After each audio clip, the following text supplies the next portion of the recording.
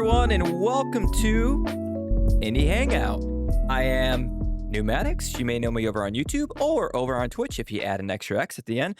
I am, of course, joined by my amazing co-hosts, Maz and Kronos. What's up, guys? What's going on, guys? Maz from MazTech Gaming.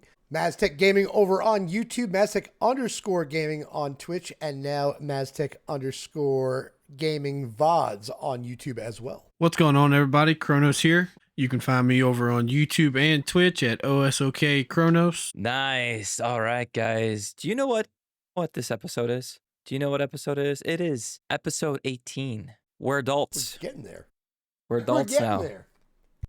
We can go We're out legal. on our own. We're legal. Kind of. Yeah. We can vote. That's about it. Yeah, Can't that's drink, about it. can't smoke, I mean, can't gamble. but we can vote. There we We're a go. legal podcast now. Woo!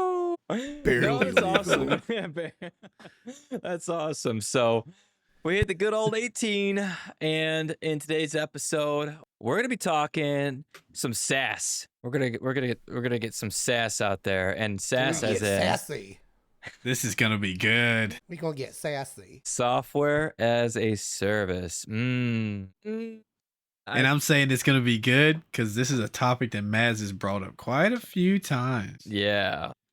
That's not an easy subject for sure. Yeah, it's one of those. It's been a buzz. You guys have seen it. I've seen it. It's been a buzz in the gaming industry in general, not just in indies, but obviously indies are a part of that, and they're being impacted just as much, and maybe even more so of a thing that, hey, indies, don't do this, so maybe a really good thing for us to talk about. But before I do that, I want to make sure that our listeners know that they can go ahead and jump in on the conversation with us over on our Discord. You can find our Discord. Just go into the About section wherever you're listening to this podcast. Click on the link, join us. You can join in on the polls over there, which will have a poll that will go over at the end of this episode. You can go ahead and jump in on the mailbag. You can go ahead and talk to us about anything in any of the episodes, or just chat it up with us. We'd love to have you over there and to further the discussion. But on to the bulk of our episode, guys. We're just going to get right into it, into the main topic, SaaS and ownership in gaming. So I'll be honest, Kronos is right. Maz talked about this quite a bit, and he's probably the expert when it comes to this. I've only heard a little bit about it because of other indie devs and YouTubers in general in the gaming scene. But I grabbed a generic definition, and then Maz can elaborate if he wishes. So software as a service is an ongoing subscription-based model. This is for games. This is just for games, right? An ongoing subscription-based model like Fortnite, Destiny 2, or even, Xbox Game Pass. And these are, well, you know what? So that's like the general, so people can kind of get an idea for it. So like you pay a subscription base for even like World of Warcraft. So when me and Bay would go back in the day, would pay our subscription to play that game. We're not paying that subscription anymore, so we can't play that game anymore. Well, they've changed it over time, so you can up to a certain degree of how many levels they allow you to play the game for free now. But before it was, you just you pay, and if you don't, you can't do anything with the game anymore, even though you had paid back in the day $50-$60 for the base game. So it kind of felt like you're getting a bit ripped off when you just didn't make those payments anymore. And it's like, okay, what do I do with this box? Trash it? I don't know.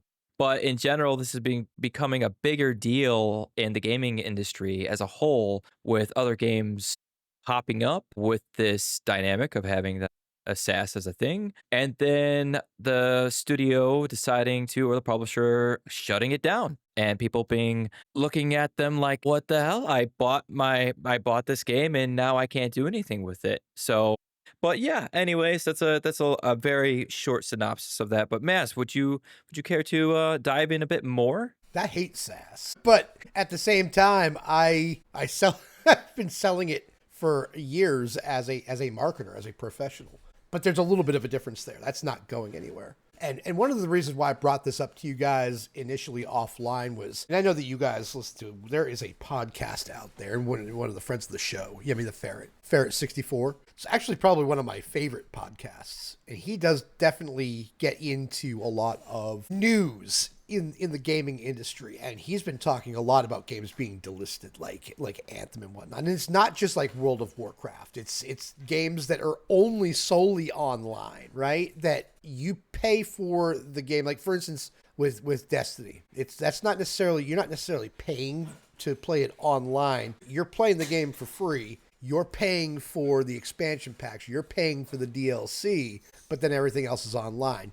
Games like Battleborn, which is, I don't know if you guys remember that game. It was a game that came out 6, 7, 8 years ago. It didn't last very long and was delisted, and there was no way to play it, but the game was full price. That's one of the things that we worry about. So, one of my favorite podcasts is by a friend of the show, Yemi the Ferret 64. If you guys haven't listened to it, listeners, I would definitely recommend checking him out. He's on YouTube. He's on Spotify. Definitely check it out. But he's been talking a lot about these games that are becoming delisted, as we progress through things. It's based on, it's based off of games that I guess companies don't think is doing so well. But the problem is the way we do things nowadays, the way we consume our games, unless we're buying physical copies, we don't actually own these games, guys. Especially with me, I'm on Steam. If I'm buying the game, I'm buying a license to play the game. That can be taken anytime. So like, for instance, I've got thousands upon thousands of dollars invested into my game library on Steam. And if Steam ever were to disappear, so do those games. And that's becoming a really big problem. Government is kind of intervening, saying, hey, you know what? If you're going to create these software as a service games and you shut these servers down, there needs to be a way to play these games in order for to justify the expense for the consumer, which is only right. I mean, Marvel's Avengers, that was a game that was software as a service that was shut down in 2023. That can still be, if you own the game, it was delisted on these services, you can still play it now if you own it, but you can't get it anymore. That's kind of like a good thing there. Battleborn was a game that was released, and I think it was in 2018 they had shut that one down, which is pretty crazy. Anthem is going to be shutting down in January of 2026. It was delisted from these game services back on the 15th of August this year. So there's a lot of what the hell going on with a lot of consumers. They're buying the games, they're playing the games, and all of a sudden the games aren't there. They're being, as we say in software terms, the game's being sunset. Somebody says, hey, this game's going to be, this software is being sunset. It means it no longer will exist after a certain amount of time. And that's what's happening with a lot of games. So there's a lot of government intervention. But like I was mentioning, Yemi has been mentioning it in his podcasts quite a bit lately, the games that are being delisted or servers that are being shut down. And quite honestly, that inspired me to come to you guys and say, hey, we need to have a conversation about SaaS and see how that could at some point affect or maybe even not affect indie games. Yeah. What do you think about this whole thing, Kronos? It's definitely like a fine line that they walk on when they start, like as Matt said, sunsetting some of these games, because it's like people pay quite a bit of money for this stuff at times. I mean, you could have, what nowadays games are, $70 starting out, and it's like, okay, 6, 7 years from now, hey, we're gonna, just not have this game available anymore. Especially if you digitally downloaded it, you're out of the game. I mean, that's your hard spent money. That's, oh, hey, we're just going to do with it as we want to. And I definitely don't agree with it. It's not very logical in a gaming sense, because if you think about it, one of the biggest things gamers love is what we call retro gaming, where you go back and play older games from, 15, 20 years ago. Games being sunsetted to where they're no longer available or able to be played. 10 years from now, some of the games we want to go back and play, we won't even be able to access. Yeah, no, it hits real hard when you say it like that, because could you imagine today not being able to play one of your favorite games from childhood, as if you never, and I'm not just talking about emulators, I'm talking about if you, well, I guess, I don't know, it's just a weird way of thinking, I guess, because it doesn't exist anymore. 100%. Yeah. I could, dude, that, yeah, like being like, oh yeah, I remember I played this game, The Legend of Zelda. It was one of my favorites. I would love to try and play. I would love to play it again, but it's not around anymore because it got sunset. What? It's just crazy to think that way. Seriously. I mean, I've just been recently on my channel been playing Final Fantasy IV. And I've mentioned it ad nauseum on the podcast. It's like that was like my go-to first like RPG that really made me fall in love with RPGs. I mean, technically it's my second because Dragon Warrior came first, but I really fell in love with the JRPGs with Final Fantasy IV, and I couldn't imagine not being able to play that anymore because they decided, hey, you know what? I'm not making enough money off of it.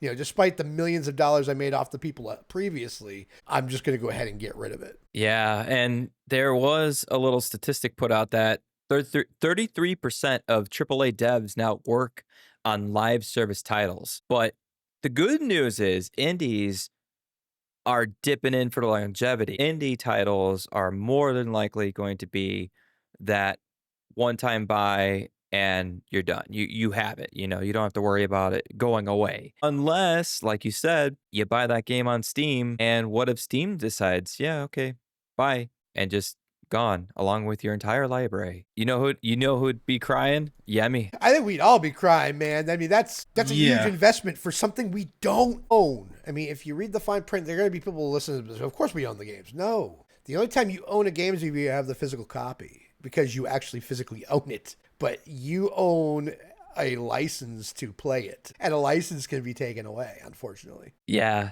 No, I would too. I was gonna say, yeah. Yemi be crying, I'd be crying, we all be crying. Gamers. I'd be I like mean, ugly come crying. on. I'd be like, Yeah. that kind of crying. It would be so bad. Yeah, man. Yeah, I'd be kind of upset too. I mean, for granted, I have a ton of hard copies. I usually try to buy hard copies for the games I want to play, but there are some that I didn't do that with, and I'd be pretty upset. Isn't it true that the Nintendo Switch 2, you can buy the game and you get a physical cartridge, but the full game isn't on there? You have to connect to the internet for it to download the rest of the way? I'm So pretty that's what I've been hearing, but I don't know if it's true or not because I haven't gotten my hands on one yet. That's what I've been hearing too. And if that's the case, dude, whoa. I mean, that's Well, like even big time Nintendo's already going that route. Well, see, the Xbox Ones, the Series X's, even though you got a physical copy of the game, when you put it into Xbox, it downloads the game pretty much. So it's like, is the game on this disc, or is that just a like access key to the game and then it downloads it itself? That's what I was thinking too, because yeah, you're right. Whenever I've bought a physical copy on the Xbox and I put it in, it does do, hold on, your game has an update and it's downloading some more stuff for it. So it's like, is that the game downloading, or could I just shut my internet off and still play this without it updating? I don't know. I've never tried. So I guess I wouldn't know. Have you guys tried that before? I haven't tried that, but I'll tell you right now, that's a Yemi the Ferret question because he's mentioned that before in his podcast as well. Some of them are, download the rest of the way. Some of them are full physical copies. I think it depends on the size of the card. Okay. Yeah, I will say I have had some games where it's like, if I don't have internet connection, I can still play it. But then there's been other games where it's like, I'll go to load them up and it's like, you need Xbox Live to play this game. And like, it won't even load it because I guess it's wanting the online service to let me play the game. Okay. So they also lock it in on some games, like I guess if they got a multiplayer, you got to have an online connection in order to play it too. Even if it's got a campaign. So they're doing stuff that way also to keep people, in their, how would we describe this? Keep to snake their money in a way. No, Well, If you wanna play our game, you should have read the fine print that you need to connect online in order to play it fully. Otherwise, you're out of luck. Yeah. There's a lot of speculation behind that. And it kind of goes back to what we were talking about a couple episodes back about mobile games. There is data collection that we're looking at, as a game developer or somebody who's publishing a game and putting it out. There's ways to garner information to make gameplay better, responsiveness, how people play games, collecting information. Information is that's how all these companies make their money. They sell your information for marketing. Now, I'm not saying that these companies are doing this, but if you are online and I can see all those behaviors and all that activity, it makes you easier to market to, because now I know where you tend to look, where you tend to go, what sites you visit, what type of games you play. I can start catering a more personalized repertoire of products and services to you that you are more likely to purchase because I know your behaviors. Dang, deep dive into that. Whoa. Yeah. So here's the thing though. What do you guys feel? How do you feel about like a free game? So like Fortnite, right? What if that they decided, all right, we're done, sunset, but the game was free. So do you still feel cheated out of that? Not so much on like a free game like that. Honestly, I wouldn't. Like if Fortnite disappeared tomorrow, I'd be like, okay, yeah, I played it while it was here, but it's gone now, so ain't nothing I can do about it. But I didn't have a lot of money in it. Now, on the other hand, my dad, he's played it a lot. He's bought probably $1,000 worth of skins. I hate to say that, but he has bought all kinds of stuff for it. If it disappeared tomorrow, he'd probably be pretty upset because he's got a lot of money tied up into that game. Right. That's where we Yeah. typically run into these issues. You know, it's the investment, not only financially but time. I mean, think about time for a second. There's nothing that you can do in the world to earn time. That the time that you spend, you're not getting that back. So, is it an investment in time, money? There's just a lot of different factors that kind of fall into the ramifications of closing down a server, and it's based off of consensus. You know, I mean, if first of all, I don't see Fortnite going anywhere anytime soon, Right. unfortunately.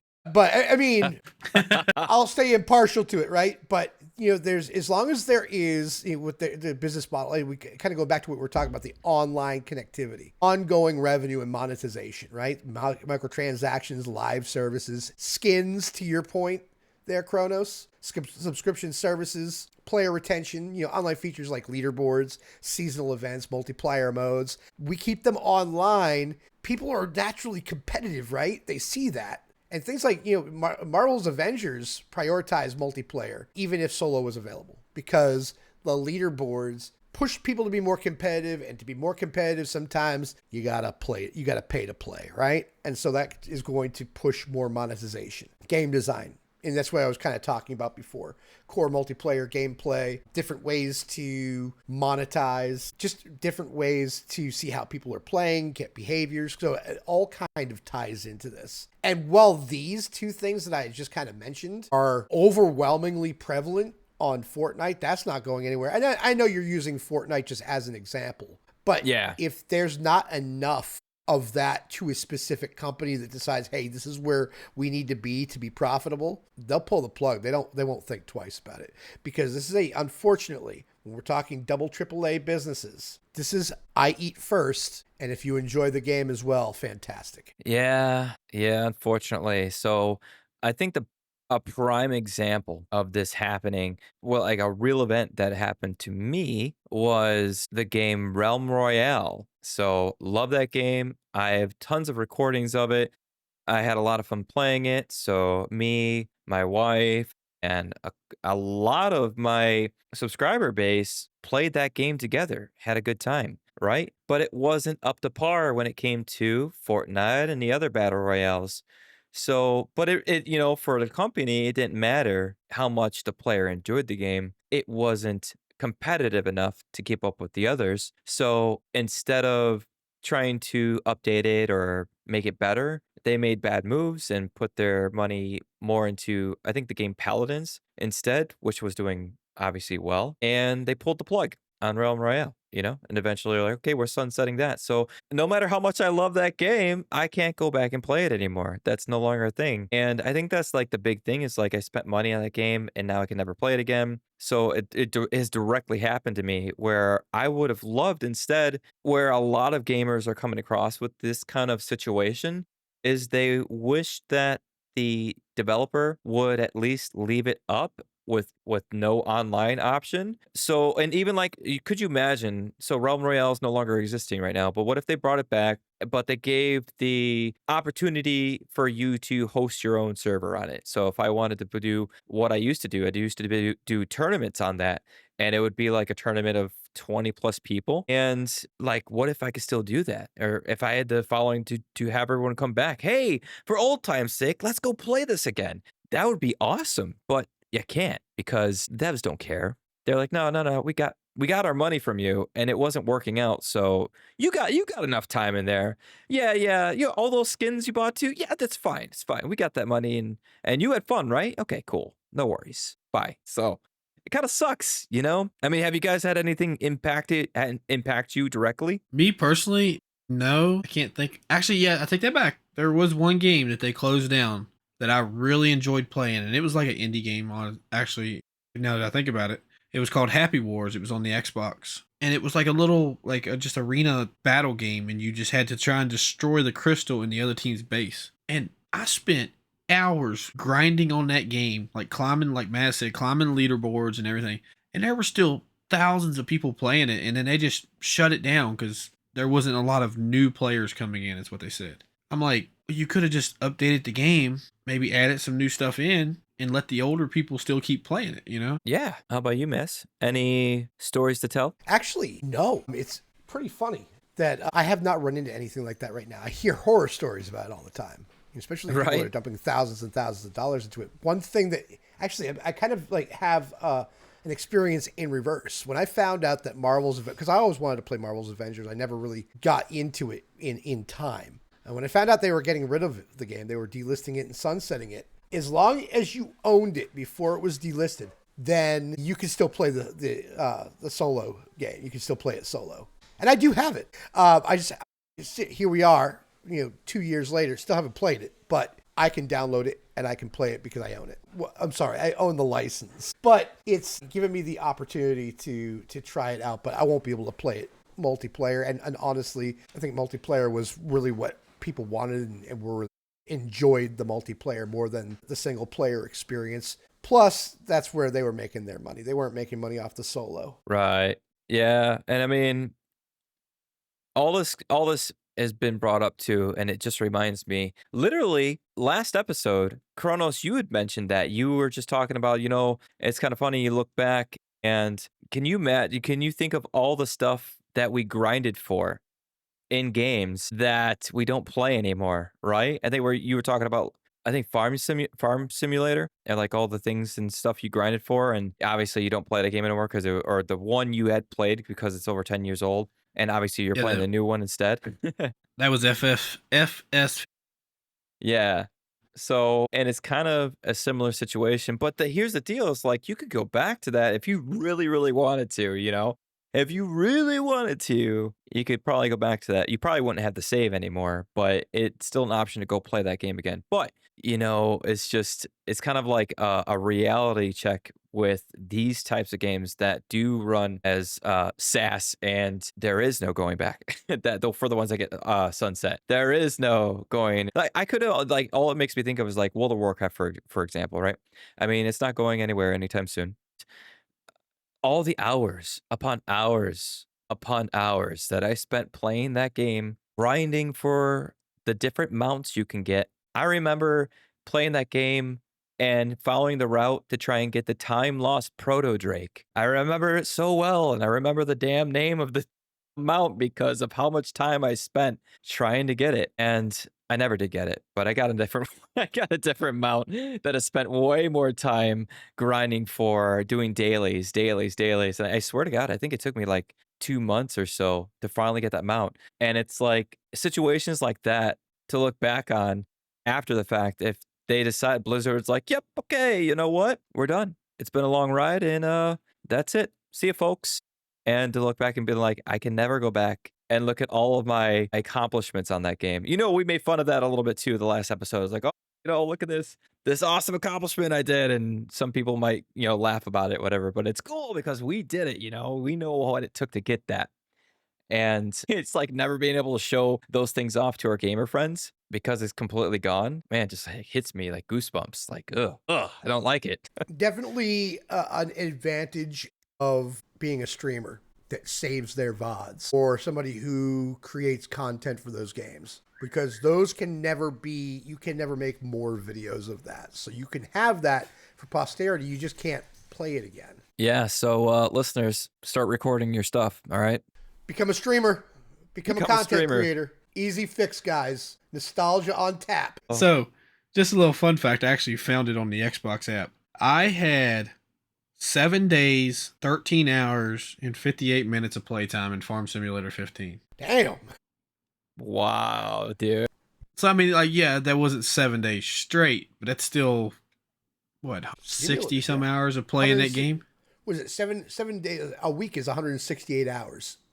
Yeah. So I had a Yeah. week of hours in that game, technically a week of my life in one game, and I don't even play it anymore. And another fun fact, I was looking something up. Happy Wars that I mentioned, according to this, due to high player demand, they brought it back with the servers, so it's available to play on Xbox again. And they updated it for Wow. the Series X, so I'm probably going to go download it and play it after this.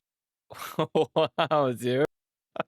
And actually, I was like reading about it, I'm like, wait a minute, they brought it back. I'm like, that's cool. You know, it's funny you say that because I was going to get into a different section here about what if, now this would be very sleazy. This would be a very sleazy move. But what if, say for instance, the game I loved, Realm Royale, they sunset it, right? And a couple of years go by and they do that move. They go, hey, we love our community and we know you guys have missed this. So we're bringing it back and opening up servers and you can, let's say you had to buy it, oh, buy it now, or even if they didn't, just microtransactions again. Like, good move, bad move. Like, good move, yeah, cool, you brought it back, but is it kind of sleazy?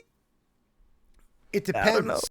It depends, Yeah. right? So you had sunk money into those microtransactions, Yeah. which means you had an account with that game. So if you're going to reinstate that game, are you going to reinstate all of my purchases? Yeah. Because is I'll a tell good you right now, question. yeah, you start me out at 0 again, I got to repurchase everything. Screw you. Never again. Serious. No, I know it sounds funny, but never again.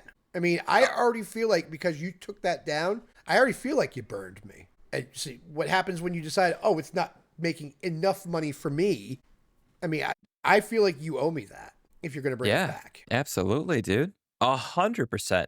Because, like, if they went that route, then cool, right? But if they went the other route, or like to screw you over, and be like, you imagine like they bring back that same skins. I remember this skin, and you got to buy it again. My God, I Oh, mean, hell no. Nope.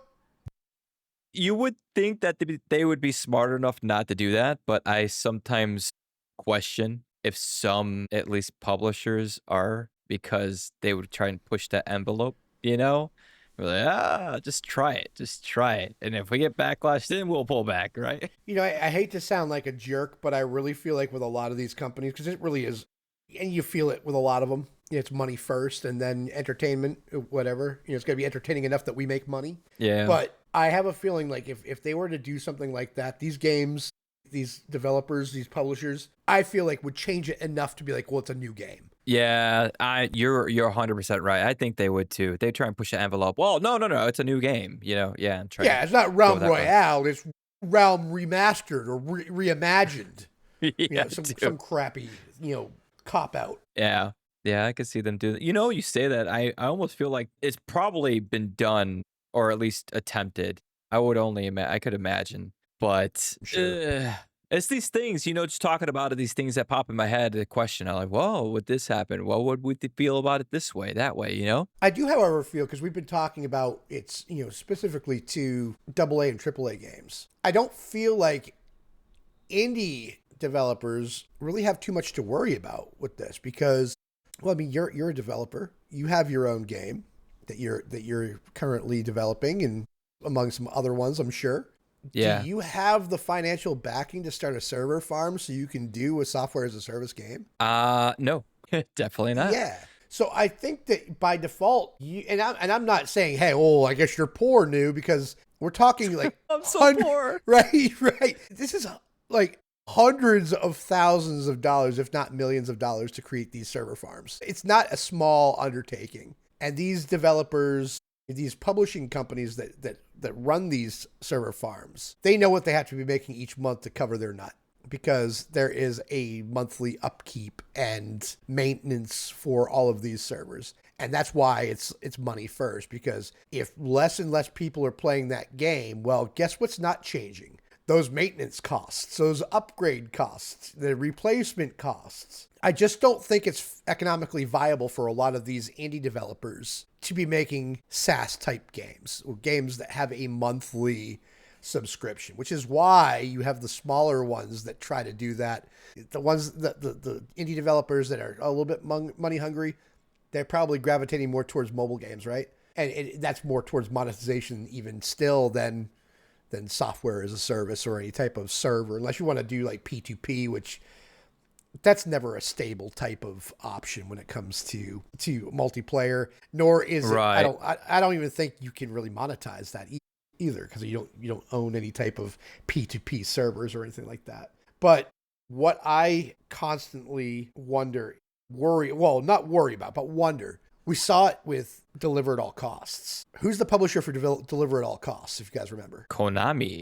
It was Konami, right? Yep. So these indie developers, some of them are going to have access to these big time publishers. And what if we find a game, as we are doing our search, we find some indie developer that is making a really cool game, and I see a way that we can monetize that as a AA or AAA publisher that does have that kind of cap. I really think that's the only way that they get into this right now. I don't feel like indie games are really overly, I don't feel like it's that big of a worry, but I could be wrong. Yeah, I think it's probably more like a blessing in disguise that, these indie devs can't technically like afford big server farms, like you said, in order to do things like this. And even so, being indie devs, I don't think they would. I think most indie devs, as we've stated many times, passion project, man, they're not in it for the money. They're not in it for that. And I think any indie dev going into something like that, if they had the funds, say from, like we said, if they're going and getting funds from Konami, for saying, they're like, we see the future in this, they would really think about the consequences of ever having to sunset their game and what that all entails. And I think most indie devs would be the ones to speak up about this, like, no, yeah, we're not for this. If I'm going to have my game online in some way, shape, or form, I'm going to make sure that there's a physical copy that can be played if the game ever does go offline. I mean, that's just my opinion. I think that's something that indie devs would do. I completely agree with you on that. I mean, that's a good point. It's a passion project, and to have your baby sunset like that could be a blow. And I also think, because a lot of these indie developers are very humble, I don't know if they'd have the confidence to put together a server farm. Plus, it's a huge risk. Yeah. Huge risk. Yeah, and even so, I mean, some indie devs do it where they just continue to work on their game update after update with downloaded content, but it's like they could stop that whenever they want. They could be like, okay, that was the last update and I'm done, and the game lives on forever. But in this case, that's not going to happen. You need to keep up with it. You need to kind of like, what's the meta for Call of Duty? This gun is the best one. Oh, well, now we need to rebalance and structure things different. So now this one's different. So this gun's the best. Now this one, and now this is the right strategy. So like, there's always an ever changing, constant difference in the games to keep it hyped for people to continue to come in, to look forward to trying something new, technically, even though it's still the same game. So I don't think indie devs would want to do that, because at some point you want to be like, you put the nail in the coffin is the wrong analogy for this, but just to be done with it. You're like, I'm finished with my game. I love it the way it's done, with the way it is, and we're good. And just move on. But if you're doing a SaaS kind of service, then you can't ever really be done unless, like I said, they make it a physical copy that can be played offline. But yeah, that's the other risk with it, is having to stick with it for years upon years until people, the hype dies on it or whatever. Or if you're going to move on to a new type of game that is similar. So yeah, a lot of different working pieces with that. So, but we've talked a bit about this, guys, and I think it'd be good to move on to the next section here. And this next section is going to deal with something that's combating, and that is the movement of stop killing games. Have you guys heard of this before? I've heard like people mentioning it and stuff like, but it's kind of one of those things. It's like you hear a little bit, but then you don't hear nothing about it for a while. So Stop Killing Games was a movement that was being helped being moved by working around the wrong wordage here, but by Ross Scott. So Stop Killing Games was something that was going through the EU for the Digital Fairness Act, and there was a bunch of people that needed to sign this petition in order to try and get their word out to get it through. There was a bunch of supporters for it, a lot of political supporters for it, and it was pretty much like what we've been talking about, where if a game company is going to sunset a game, then they need to either, I'm not sure exactly the formalities of everything about it, but in layman's terms, kind of have that physical owned copy, quote unquote, for the player to have and play even when the game is sunset, so that it's not just a one and done type of deal. So did you hear about this at all, Maz? Very, very little. Very little. Okay. Yeah, so the only reason I heard about it that much, and maybe our listeners can chime in on this too, is because of what's his name? Pirate Software. So he's been getting a lot of scrutiny lately. Pirate Software is another indie dev and also content creator who's been getting like completely trashed on, honestly, lately, for more than just it just kind of started with Stop Killing Games because he was completely against it. And because of that, it kind of snowball effect with all the other bad things about him. But I won't get into that rabbit hole because that's not why we're here. And that's not what we're here to talk about. But I was just mentioning it because that's really how I heard about it, is because of him. And then I started to understand, like, oh, okay. So this actually is a good thing. So the movement is really good. I don't know if they were successful, but if you guys wanted to look into it, any of our listeners, this is the reason I brought it up. If you want to check it out, if you're interested in it, to read up on it and what they were all about, it's stopkillinggames.com. And it kind of goes over the Digital Fairness Act and what they were trying to do in order to make it so that they're for the gamers. Like, that's literally what it's all about. It was a movement for the gamers and a really big one that a lot of people were behind. Yeah, good stuff. I do kind of remember a little bit about this, and this kind of goes back to what I mentioned at the beginning of our episode here, was requiring the offline modes or private servers. That's kind of, and I just didn't, I don't think I realized that the Stop Killing Games movement was under that. I know that they are working on legal ramifications for sunsetting games, and Marvel's Avengers is like that. Games like Anthem that are going to be shutting down, there's no offline mode, so it's going to be unplayable after January 12th, 2026. So the Stop Killing Games movement really kind of focuses on that, because to your point, the money that you spent on Realm Royale, and I remember, and I feel bad for you because I watched you play that for hours on your channel. You genuinely loved that. You were playing that with Bay, you were playing it with friends. I mean, it's something that you guys were doing together, and it's gone. Same thing with Kronos' father. You shut down Fortnite, thousands of dollars out the window. It's not fair. No. I mean, it's just it's crazy.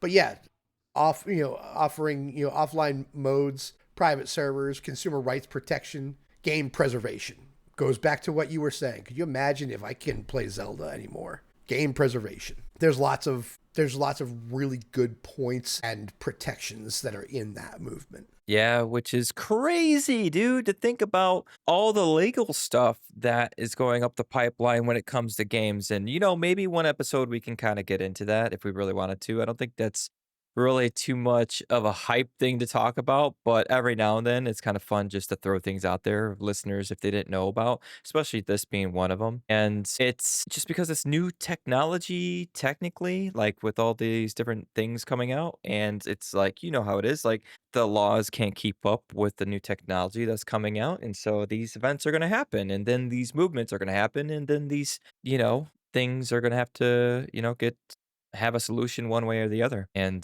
it's just, what's funny is it reminds me of another thing, and this just off the top of my head, talking about, legal action, right? So one of the things I was taught when I was in college is that one game cannot sue another game over a mechanic. And the reason for that was, and now that's kind of a weird one too, because one game kind of did.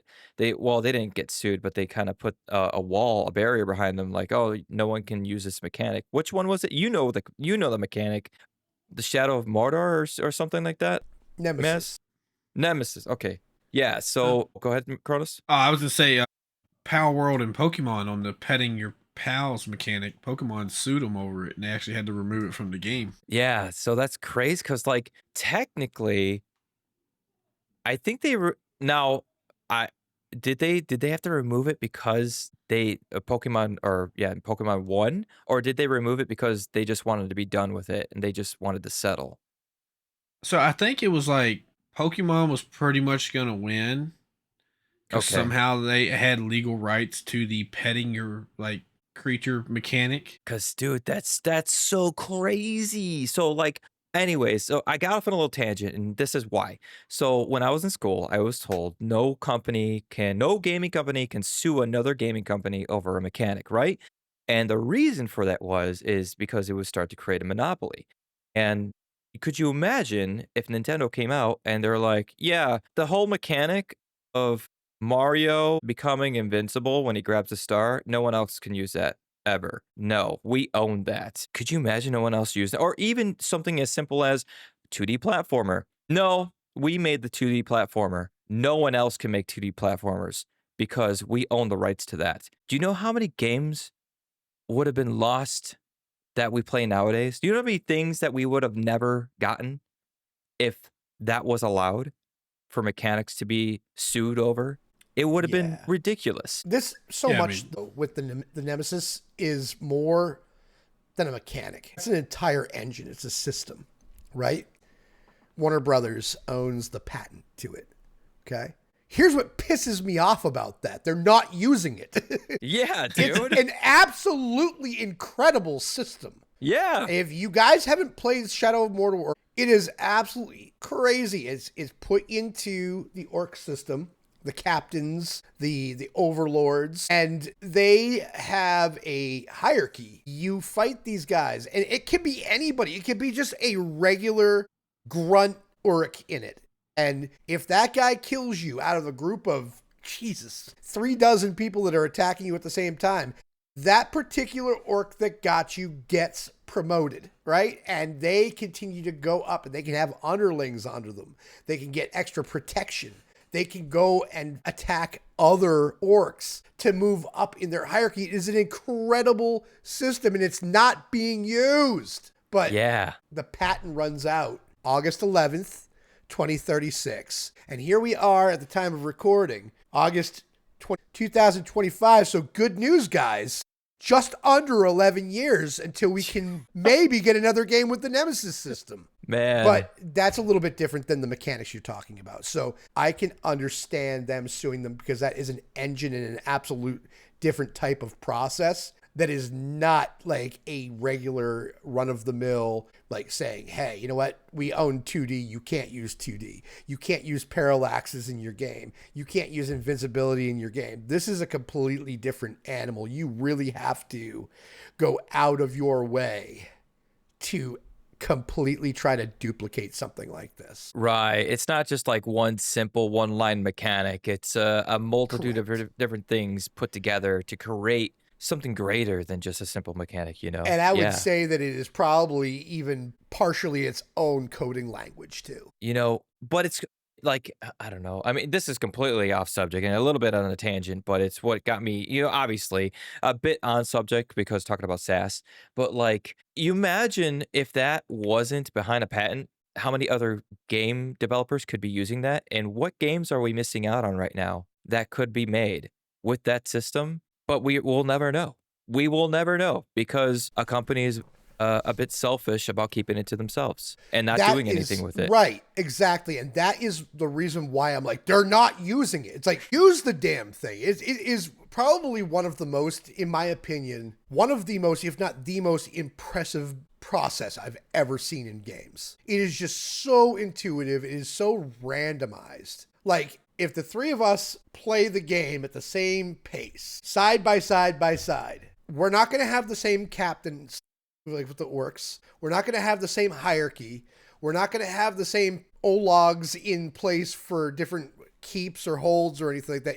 It's all going to be completely different. And every time you play, it's never the same. It is an amazing process. It is an amazing system that's just absolutely rotting. And I know we're going on a tangent, but good God, you brought it up and it's so worth mentioning. Yeah, no, I absolutely. It's something that's just interesting to talk about because what's going to stop? So we got the stop killing games movement, but what's going to stop another movement from coming up and saying, yeah, you can't do that anymore. You can't, movement from gamers going, we don't want to see this done anymore because we want all games to have the opportunity to become something with this new tech, this new mechanic, this new whatever. So that's why when it comes to this legal crap, it gets messy, man. It gets messy. I do not want to be in the shoes of one of the guys I went to college with. He decided to get into law just dealing with entertainment and gaming. And I'm like,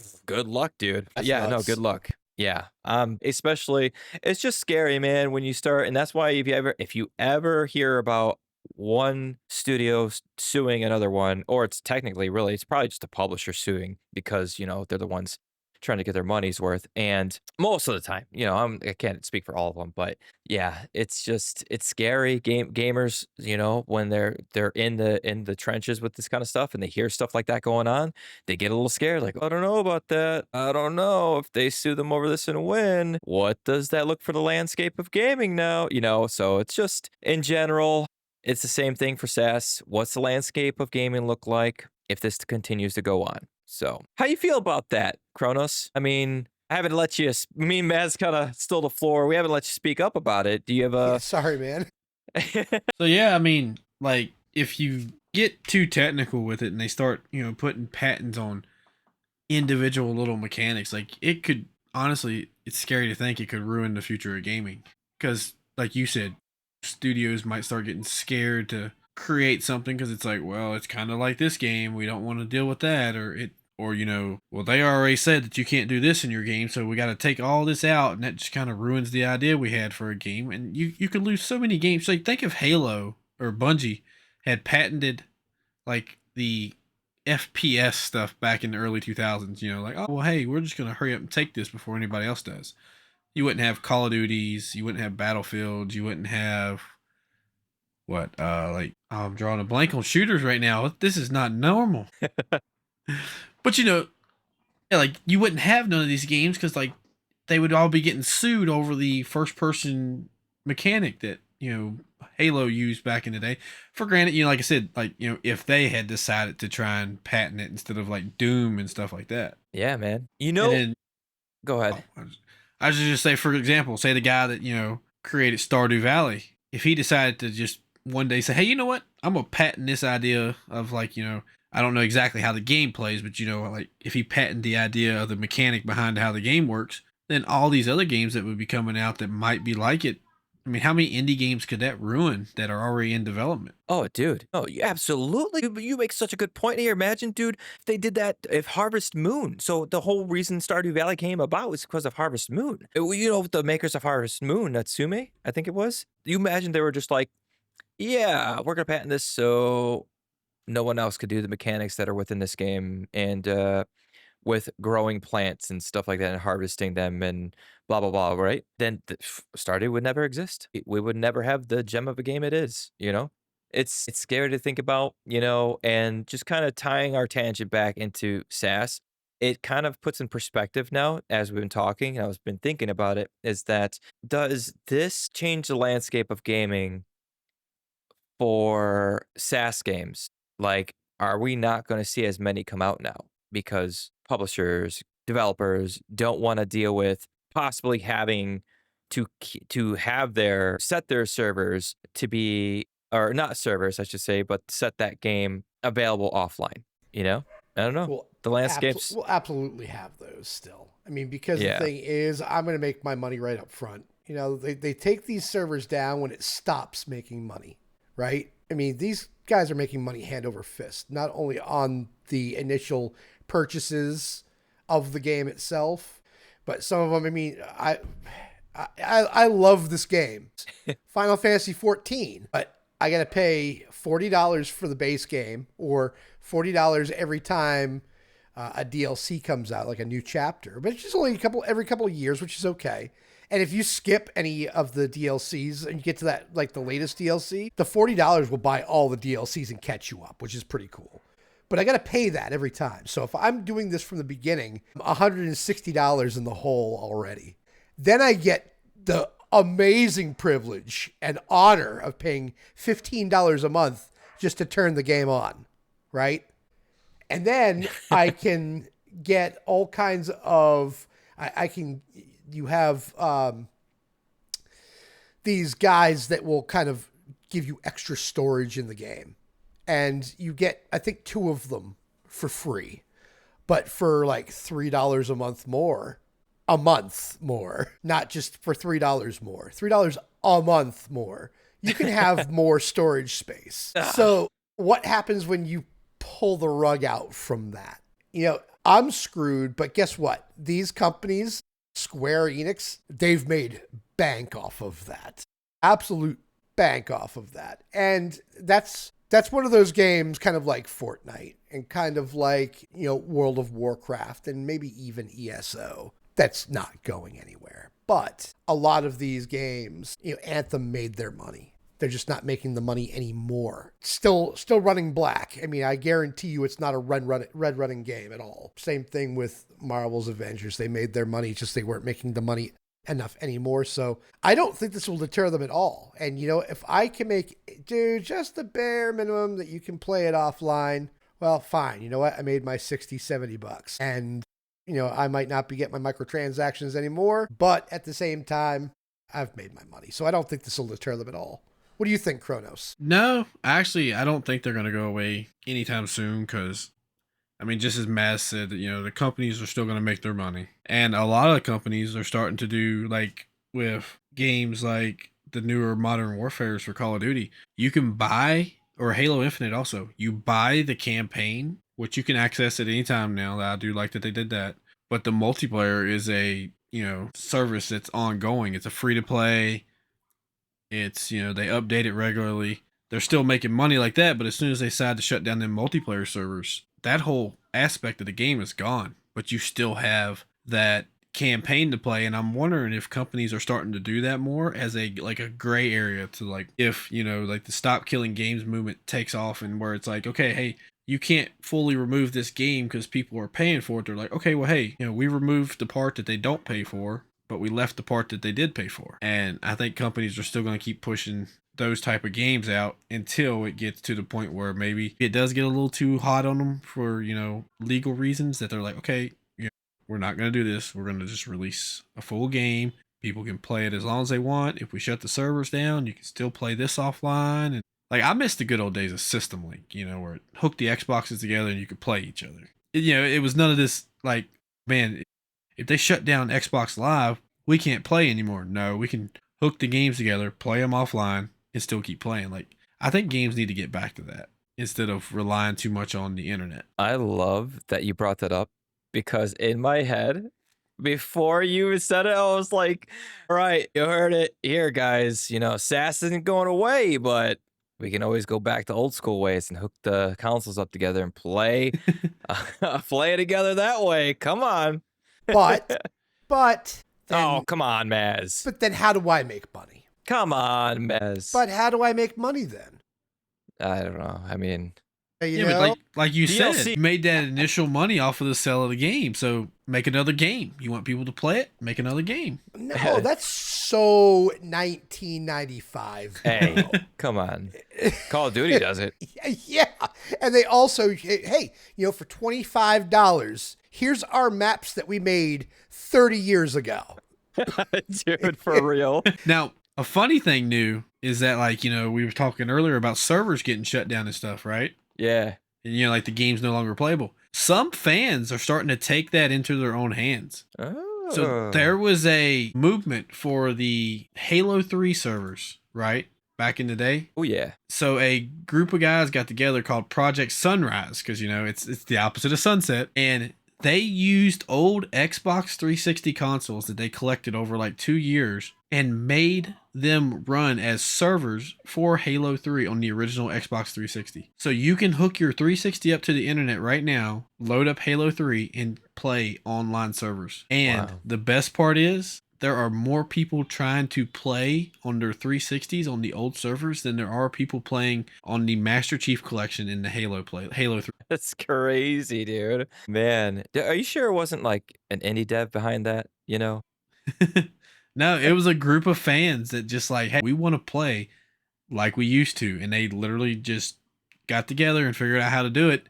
And because, Bungie was the one in charge of all that back then, Microsoft and 343 continued to maintenance the servers. But then when they shut them down, there's nothing they can do about these people bringing them back in a way, because they lost their rights to those servers when they shut them down. Wow. So like they didn't lose the legal rights to the game, but as far as creating an online service for the game, they have no say so over it. So these people are in no trouble. They can't get in trouble. And Microsoft is just like, well, this sucks, and Yeah. it's just a group of fans that are putting pressure on these big companies to like also say, hey, we want to keep playing these games. Don't shut them down on us. Yeah, man. No, I mean, I said that for a reason, I feel like indie devs would have that same mindset, man, to do what they can to keep the game alive, they love so much. It's so cool to hear stuff like that.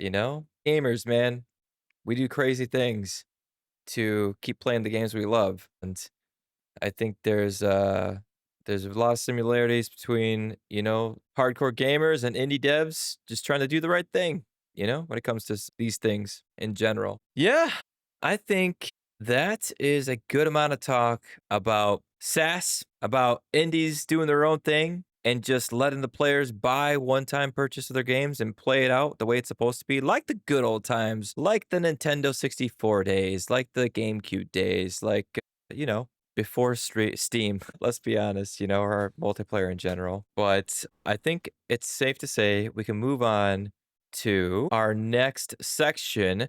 But before we do that, I want to go ahead and do a quick ad break. Ooh. Quick ad break. And then when we get back, we'll go ahead and go over the poll. And we're also going to go over the new games, the new indie games that we'll be releasing in the month of September. And we're going to play a little game with it that I think our listeners are going to have a lot of fun with as well, right after this. Hey, Indie Hangout crew, loving the show? Help us spread the word by dropping a quick 5-star rating or review wherever you might be listening to this podcast. It takes just a second and helps more than you know. Thanks for being awesome. Now, back to the show. And welcome back to the Indie Hangout podcast with me, Neumatix, OSOKKronos, and Maztech Gaming. So, guys, I wanted to go ahead and put a fun little game together for us. It's called, you might have heard of it before, Smash or Pass. In a different context, yes. Yeah, in a different context entirely. We could call it Gamer Pass or Player Pass, but it doesn't roll off the tongue quite as nicely. So we'll just stick to the tried and true Smash or Pass. So we have quite a few. I'm just going to throw this out there pre-hand. Most of the games that are on this list new have a female as the cover picture. Like, I mean, I'm just throwing it out there. Like I've looked, I'm on number 4. I'm on number 4 right now, and it has a female on the cover. Kronos, Like, stop. are you sure this wasn't a Smash or Pass? It's like, we will go ahead and just name off the games. All right, guys. So for our listeners, we got a couple good games coming out, and we're not going to go over all of them, but we're going to go over a few. So we have like literally almost a game a day coming out in the month of September. September 1st, 2nd, 3rd, 4th, a lot on the 4th, 5th. No one wanted to release on the 7th or the 6th. Yeah, that's too bad, Good opportunity there, but It's like a week off mid-month, too. so let's go with the first one. I think the first one looked really cool, and I don't know if you guys did as well when you were looking up this game. It's called Rogue Labyrinth, and it releases on Steam September 1st. It's Kronos says as a female protagonist, and yeah. It honestly looks really good. What do you guys think before I even get into it? I want to just throw it your way, Kronos. You brought up the female protagonist thing, and I just want to know, what do you think about this game in general? Is it something you're gonna smash, or are you gonna pass on this one? I like the way you asked that. Yeah. Phew, I don't know. I mean, it looks like an older Zelda game in a way. Like I like how that looks. And to me, it's kind of interesting because I've been wanting to get back into more like retro looking games and try and play them. So I'll give it a smash. I'll give this one a smash. Nice. So, in general, for our listeners, it's a 2D game, right?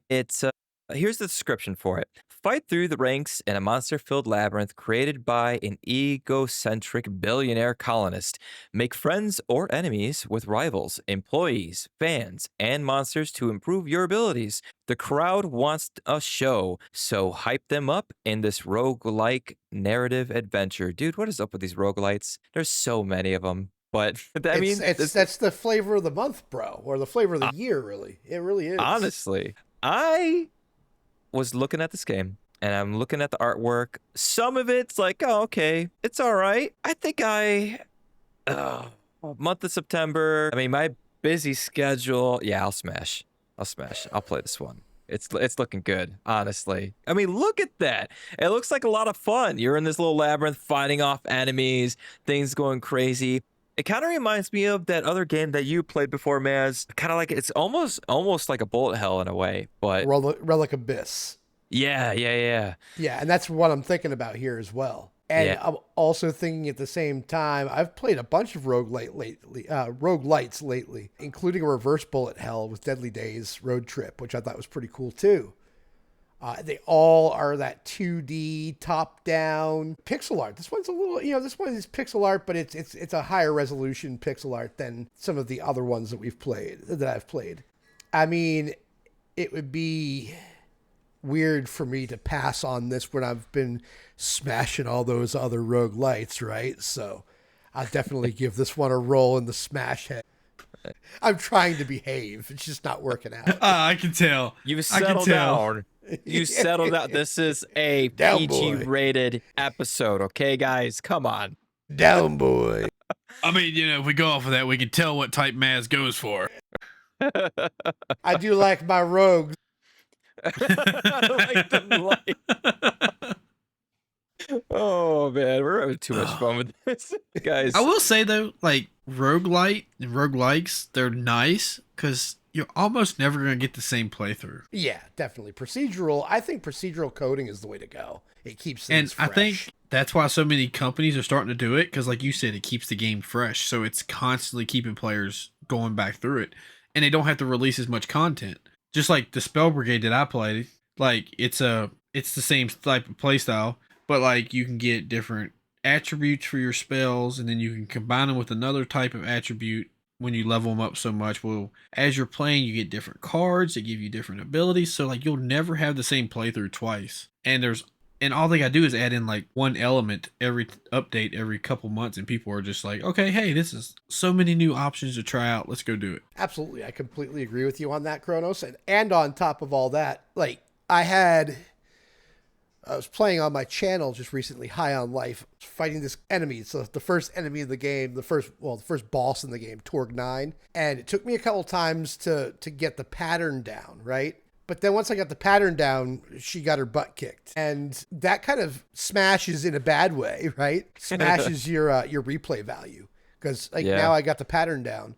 But with procedural like this, there's really no way to get a solid pattern. So I think, to your point as well, it just completely increases that replay value, keeps you on your toes, keeps it fresh. And so I think that's one of the reasons why people are really leaning more towards the roguelite in terms of their development terms. Yeah, I feel that for sure. All right, so that's a smash from all of us for Rogue Labyrinth. So definitely listeners, check this game out September 1st. I think it'd be a good one. Looks really cool. So on to the next one, fellas. Now, if there's any games on this list that I don't mention that you want to go ahead and do this little roundabout, let me know. But I have another one up here. Kijora, I think it's called. Kijora. So it's fine. It's whatever. If I'm It's fine. You guys will be able to. We'll go ahead and here's how it's spelled: Kejora. So this game is coming out on September 3rd. It is. Here's the little description of it. When Kijora realizes that her peaceful village has been reliving the same day over and over, she and her friends seek out to try and uncover the origins of the mysterious time loop curse on her village. So it has a cool little cinematic for the beginning of it when you go on Steam. The artwork looks pretty cool. It's like very cartoony if you guys take a look at it. It's definitely 2D side scroller type. And honestly, it looks really good. Everything about it looks really good. But oh man, I don't know. I honestly I think I've had my fill with these types of games just because it kind of reminds me of a couple other games with that same kind of mechanic behind it, with a time loop where you play through it and then you play through it again and again, you get different outcomes. I think I'm kind of over it, so I'm going to be passing on this one. How about you, Mass? I think I'm with you on that. And I'm not really sure. So let's not take away anything. I think that hand drawn art in games is absolutely phenomenal. I Right. love it. It's so attractive, especially when they shade things the right way. This kind of feels like a point and click adventure. I might be wrong on this. Time loop mechanic, to your point, I'm over it. You've played one, you've played them all for a lot. I played, if you've seen Alan Wake, that game, they came out with Alan Wake's American Nightmare a few years after that to shut people up because people wanted more Alan Wake after that, and they were just simply not going to make another Alan Wake. Actually, at one point, they said, Remedy said, we're not making an Alan Wake game anymore. We don't have the money for it. Maybe someday. And it obviously did come out, but they came out with this American Nightmare game that just was a complete time loop over and over again. Majora's Mask, time loop. Even though I love Zelda, it was a great story. It's still time loop, and it's okay. You're doing the same thing over and over again. Yeah, but at the same time, it's one of those things. It's like you're playing the same game just a little bit differently at the same time. It's kind of like, I don't know. It's not, I kind of feel like it's bucking the system. We're trying to buck the player, so to speak. Right. I'm gonna pass. I'm gonna pass. No smash for this game. Kronos? I'm just gonna be blunt. I don't play those style of games, so it's a hard pass. Whoa, hard pass. Stonewall Yikes. hard pass. I'm sorry, it does look like it's a good Straight game. Don't up. get me wrong. Like, it looks nice. Like, I'm sure it's gonna have its player base. But for me, the type of games I play, I wouldn't touch it. Yeah, just trying to be honest here. Like, it's not. I'm not gonna go out of my way. Like, hey, I'm gonna sit down and play this game tonight. Right. Yeah. It's nothing wrong with that, man. Sometimes you just look at games, you're just like, eh. If it doesn't grab, and as we always say, it shouldn't be this way, kind of like judging a book by its cover, but we do. I mean, it is what it is. You don't want to waste your time or money on a game that you think that you're not even really attracted to play in general. If it doesn't even grab your interest right away, if you're already looking at it like, then you're probably, you're already going in with that attitude. You're probably not going to enjoy it unless it's a really breathtaking, blow you away style game in some way, shape, or form that didn't portray that when you first saw the videos, small gameplay footage, or snapshots. All right. So definitely, listeners, let us know if you're going to be checking this game out. Like I said, the game is spelled Kejora, Kijora, and that releases on September 3rd for the PC. I kind of like that one, New. I said, it's a hard pass, and you're like, what? And yet, New was the one that said, this game looks really interesting, but I'm not going to play it. Hey, man, I'm just saying. It looks interesting, but not enough for me to play. I was like, this man brought this game up, said it looks really interesting, and then goes, no, I'm not going to play it. Hey, man, they can't all be winners. This is why we do what we do. Exactly. And of course, our listeners can type up in Discord and be like, you are all wrong. This game looks amazing, and buying it day one, So I don't think anybody's gonna do that. I'm sorry. I'm with Kronos. come on. I mean, you're probably right. Yeah. I don't know. Yemi might be all over it. He likes. Yeah. I'm just saying, like some of the stuff Yemi seems to play, like based off of what I've seen him play, it's like, okay, he plays some out there games, so that might be up his alleyway. Yemi has forgotten games I don't even know about. That's what I'm saying. So like you never know. It I agree. might be Yimmy's next big game. Right. That's awesome. Yeah, good stuff. You know, Yemi's gonna pipe up in a Discord, be like, yeah, I can't wait to hear his response. All right. But all right, guys, on to the next. So I'll pick one more because I don't want to be the one picking all the games. So make sure that No, I you mean, I'm guys. down with it. I'm down with it. Okay. Yeah, keep Okay. We going. can go over the whole list if you want. It's okay. Yep. It was like, Whoa. all right, we'll be here all night. Oh man. Oh, this one. Okay, for real though, for real. This next one, you guys might not like, but I, I like it. Can you guess? Can you guess? I don't know if you've probably looked up yet. Whatever. I'm gonna say it. It's Little Witch in the Woods. I was just No, I about had to not say looked that one up yet. I was just about to type that one into Google just to see what it looked like. Take a Just look. about to say that. Yeah, it's like I already know. I already know who's getting this one. So Little Oh. Witch in Just the Stardew Valley. Come on, you're kind of right, but there's no farming in this. Little Witch of the Woods tells the story of Ellie, an apprentice witch, explore the mystical forest, help the charming residents, and experience the daily life of the witch. So far, it has a very positive rating over on Steam because it's an early access game. So it must be fully releasing on September 4th on the PC at least. And honestly, I mean, Kronos, you're not wrong to be looking at it and being like, wow, this looks Stardew-ish because it does throw the vibes, the art style, the way the character moves around on the map and talks with the NPCs and everything. The developer is the publisher. They're one and the same, Sunny Side Up. And it looks pretty cool. I mean, it's a different take. And I think that before I continue, it's a hard smash for me. Okay. Hard smash. I'm going to be playing this. So the way it looks like it's playing out looks very interesting. The whole magical side and just doing a take on a game that really is not doing the copy paste motion with Stardew like games, with just throwing in farming because every other game does it. It's throwing in mechanics to help with crafting and more of the magical side of things. Honestly, the main character is kind of for some reason I'm looking at this, I'm thinking Harry Potter. Like the main character, or not the main character, for like Hermione, kind of like throwing vibes my way about the way this game is looking. But that's for me. That's all on me. What about you guys? What about you, Kronos? What is smash or pass on this one for you? It's probably gonna be a pass for now. I will say for now because it's Okay. not a hard pass like the other one, like I said.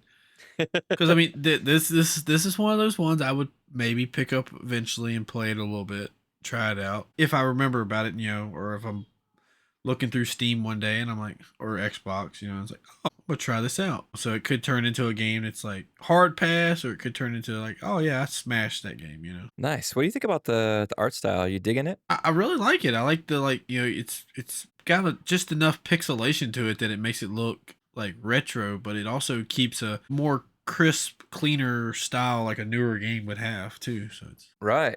That's what I like about it too. It's not like the other two we mentioned. It does have that more rugged retro look to it, yeah. How about you, miss? Nope. Smash or pass? Oh, damn. Pass. Yeah. That was a We little too talked about quick. this. I didn't like that. I'm sorry. Nope. Sorry. Okay. I'm trying. It's like so. All joking aside, it's like I feel, and when we talked about the cozy games, it's kind of like you've played one, you've played them all.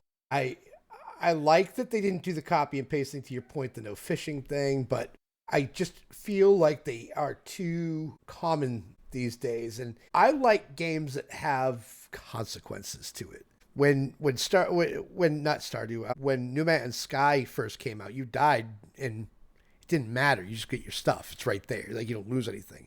Consequences, challenges, being able to lose, having to start over. I like that chance of being I like the thought that you can lose everything. It makes what you're doing, in my opinion, more valuable. And I just find games like this to get boring extremely quick for me. And I'm not crapping on the game or the genre or anything. It's just not for me. I'm definitely going to pass on this one. Not to say that I won't come in and watch you play it if you're going to stream it. I'll always support my fellow streamers, and I'm definitely down to talk with people about their interests, but this just does not, you ain't getting smashed. Sorry. God. No smashy for you.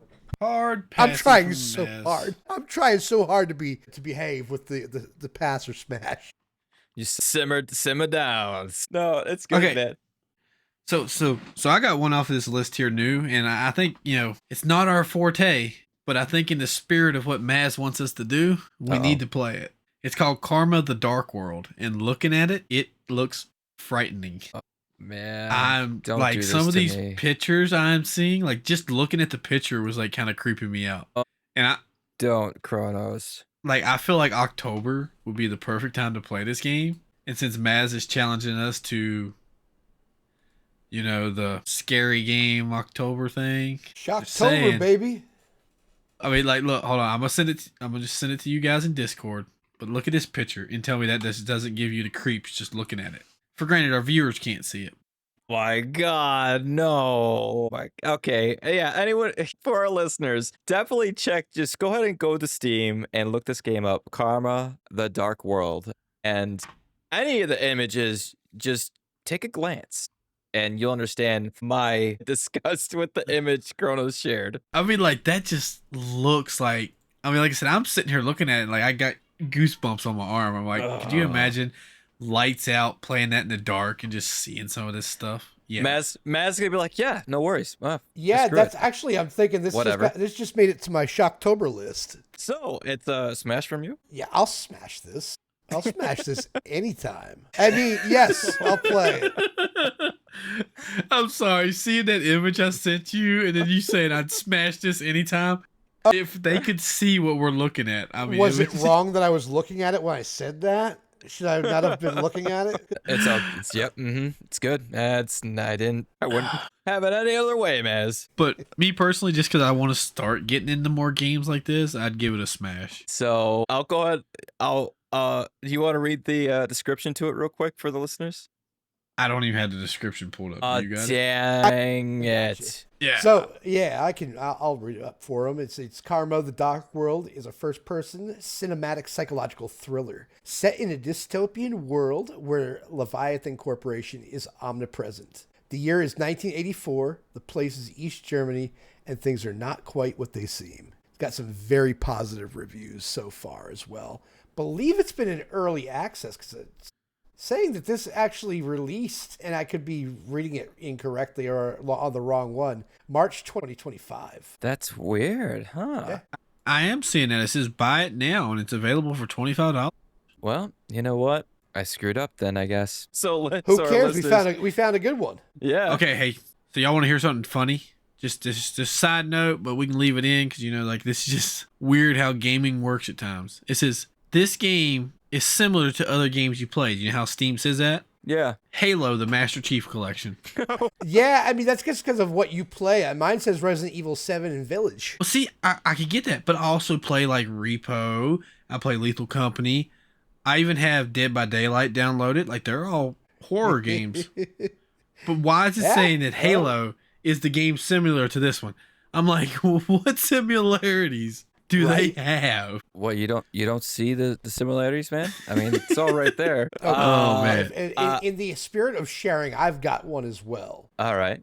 And it's one that was kind of popped up enough, a bunch here and there. It's called Baby Steps. Releases on September 8th. Yep. Play as Nate, an unemployed phallicin with nothing going for him until one day he discovers power he never knew he had, putting one foot in front of the other. So this is a game that is kind of like Octodad. If you had to control the limbs to move him. Bennett Foddy's getting over it with Bennett Foddy rather. Pass. I'm not gonna lie, but that's a hard pass. Yeah, I'm bringing it up just because people are talking about it a lot. This has been shown quite a bit. It's just going to have some serious following behind it. I feel like it's a novelty and it'll wear off pretty quickly. I can name a couple of games that come to mind. Like I just said, there's, Getting Over It with Bennett Foddy. There's Octodad. There is Sumo Man. I don't know if y'all have heard of Sumo Man. That game is nuttier than Squirrel Turd. Let's just say that. I mean, it's just crazy. It's all about buoyancy and physics and, being able to, you can't control the character the way you would normally control it. It's all physics driven, and this is no different. So I feel like this is a game that could be a nice little novelty, funny at first, and then just kind of fizzles out because it's kind of like a one-trick pony. And I feel bad. We're big on indie game support and all that good stuff, but I'm also looking and being realistic. How long is a game like this going to last? I wanted to call it to everybody's attention because it's something that's already been out there. This is on the list. It's finally coming out, but I'm passing. What about you, New? I've seen images of this game. I've seen videos of this game popping up, and I don't know why, but you're right. It has a big following behind it. And I think it's because it kind of goes along with some of those other games like Just Climb and with those physics type of mechanics that make it really hard to quote unquote beat the game in the normal manner, like you were stating. And I could see this game being very like anger triggering for sure. And I can also see a lot of streamers picking this one up to play. I bet you anything this game comes out, you'll see it up on the top 10 at least for games being played on Twitch. 100%. So it was like that with Bennett Foddy, like with Getting Over It with Bennett Foddy. That was I think that this will be more of a pre-recorded type thing. I think at first with the streams, it'll be like it was with Repo, with Schedule 1, with the Precinct. The first 5 days to a week, it's got 100,000, 150,000 viewers. And then it'll drop down to 200. But I think that a lot of this will take place on YouTube. Yeah, I can see that for sure. But yeah, as far as Smash or Pass, there's a little thing in my head going, but maybe you should try it. No, I'm probably gonna pass. I'm not gonna take the time to play it. I mean, whatever. To each their own. People who like these types of games, physics-based games, and I'm sure it's gonna have a lot of hype, as we said, but it's not my cup of tea. It's not my type of style game. And I didn't play any other ones that really got the hype. And I don't think I'll be playing this one. What about you, Kronos? That is going to be a pass. That's going to be a pass from me. Strikeout. But I will say, I was reading this one article on it. It says, the hardest parts of open world walking simulator baby steps are, quote, harder than getting over it by quite some distance, says Bennett Foddy. Man. Is this Bennett Foddy? Yeah. Yeah, he's one of the developers. Yeah. There you go. Yeah, I see that. Yep. And I've heard a lot of people say that Getting Over It was just a raging game. Like, they were getting so mad. And I'm like, if this game's got harder than that by quite some distance, I could see it doing really well, like Maz said, for the YouTube perspective of people just making like videos of them raging playing this game and people just loving watching it, I played Getting Over It with Bennett Foddy for 15 minutes. I've never touched it, but I've seen it played. I've played it for 15 minutes too long. It really pissed me off right away. Side note, it kind of really goes into effect. You know how we always say that if an indie developer makes a big game, then more than likely the people will be anticipating the next one from them, and more likely it's going to see the light of day. I think that's perfect in this, and when it comes to this game, because if it weren't for the guy's other successful games, do you think this game would have saw the light of day? I don't know. No, we'll never know. You're right. I didn't realize that Bennett Foddy was one of the developers on this, and so that makes more sense to me because it right off the bat it reminded me of his style, and so I thought that was kind of adds up. Yeah, absolutely, dude. Yeah, definitely. All right. Well, you know what, guys? I think that was fun. I think that was a good one. I think we'll end on that one because we still got to get to the poll. Let's go ahead and get right into that. So let's do it. So next section, everyone, moving on to the poll. So over on the poll, we asked you guys, do live service SaaS models make you feel like you don't truly own your games anymore? So the options you had were yes, it's like renting and servers could just shut down anytime. No, updates and ongoing support make it worth it. It depends. Fine for multiplayer, but not for single player indies. Or I stick to one-time purchases, offline games only. So out of the 4, now we're going back to the SaaS that we talked about earlier in the podcast episode. What was your decision, Kronos? What did you vote for? I went with number 1. Yes, that it feels like you're just renting the game until it shuts down. All right. How about you, Miss? Yes.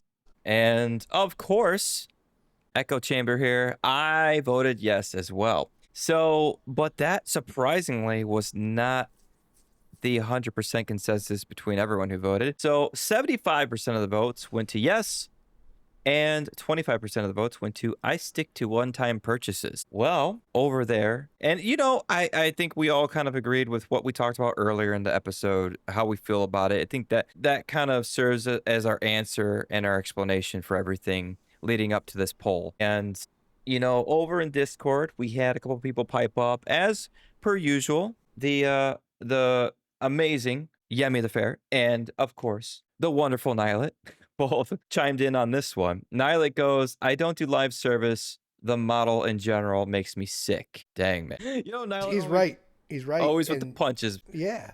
It's true, though. I mean, he's absolutely right. Always with the punches. But in this particular case, it's like, this is the stuff this is my hot button. This is the stuff that, it just, you're abusing your fan base.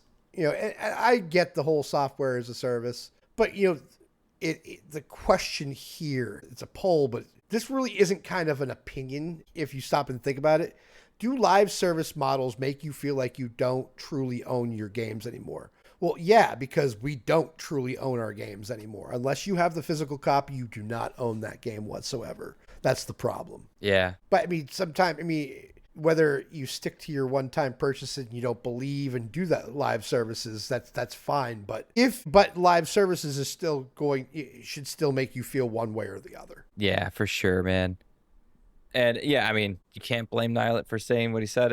I feel the same way. You guys, we all feel the same way that, even to that point, makes us feel sick about it. Like not owning your games like we used to back in the good old days, Yep, absolutely. And even Yemi chime in, like I said, he says, absolutely, yes, it makes me feel like I don't own my game. Look at Concord, Marvel's Avengers, and now Anthem.